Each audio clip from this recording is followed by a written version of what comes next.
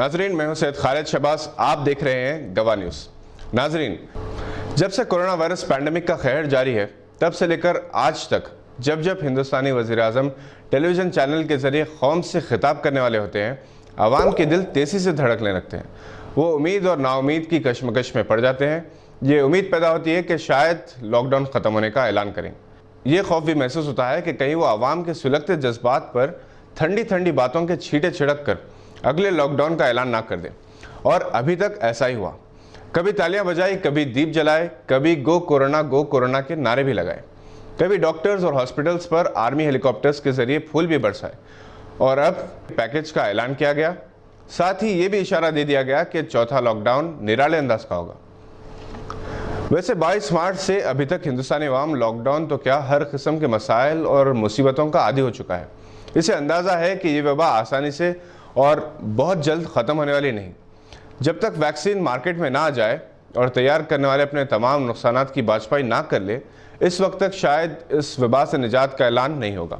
यही वजह है कि मजदूर अपनी जान की परवाह किए बगैर कानून के मुहाफिजीन के जुल्म और सितम को सहते हुए पैदल ही पैदल अपने अपने वतन की समत निकल चुके थे। कुछ भूख से मर गए, किसी को ट्रक ने कुचल दिया, कोई ट्रेन के नीचे नींद के बहाने मौत की गोद में चला गया।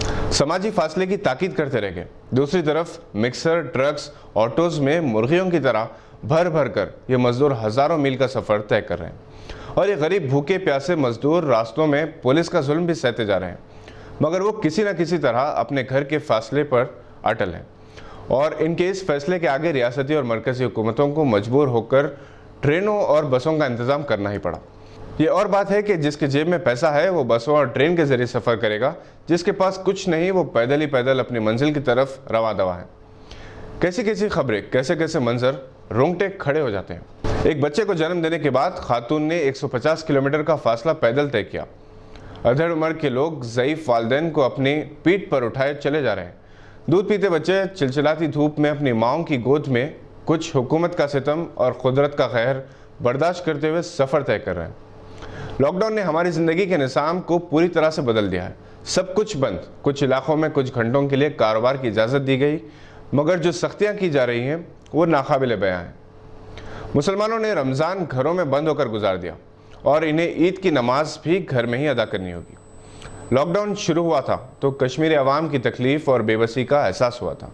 शायद कश्मीरी अवाम भी इसी तरह हालात से समझौता कर लेते हैं। तालीमी इदारे, तिजारती इदारे, होटल्स, रेस्टोरेंट्स, तफरीह गाहें सब बंद हैं। ऑनलाइन शॉपिंग की जो आदत हो चुकी थी वो आहिस्ता आहिस्ता ख़त्म हो रही है।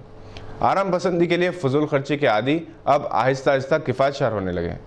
हजाम की दुकानें भी बंद हैं, चुनांचे जुल्फ तराशने का तजुर्बा भी घरों में किया जाने लगा है। लॉकडाउन में सबसे ज़्यादा परेशान वो लोग हैं जिनके पास पैसा नहीं।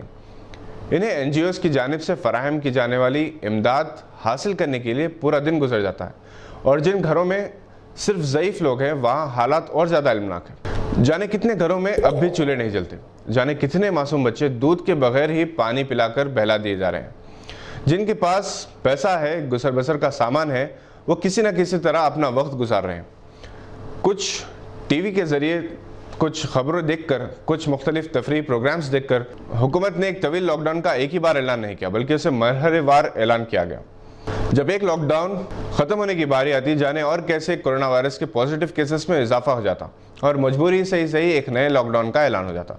इब्तदाई 2 महीने से किसी न किसी तरह NGOs ने इमदाद और राहत रिसानी की है। अगर लॉकडाउन का सिलसिला बढ़ता जाता है तो ये जोश और जज्बा सर्द कम हो जाता है। हुकूमत की जानिब से ऐलानात तो किए जा रहे हैं और बाज़ मकामात पर रिलीफ भी दी जा रही है, मगर इस बात की कोई गारंटी नहीं कि ये रिलीफ हर मुस्तहक़ तक पहुँच रही है, क्योंकि रिलीफ की तकसीम में भी जिसकी लाठी इसकी भैंस का मुहावरा सा दिखाता है।